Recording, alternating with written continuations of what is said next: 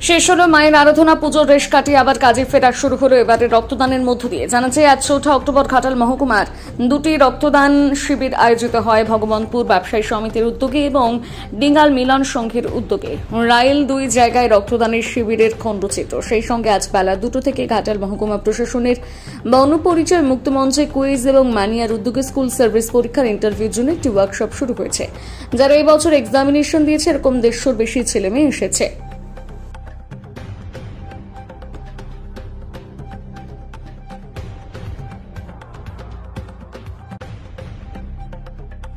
হাজারটা পয়েন্ট আছে, এটা আপনি নিজেকে সংশোধন করতে পারবেন, রিপ্রেজেন্ট করবেন। সেটা অজানা একদম।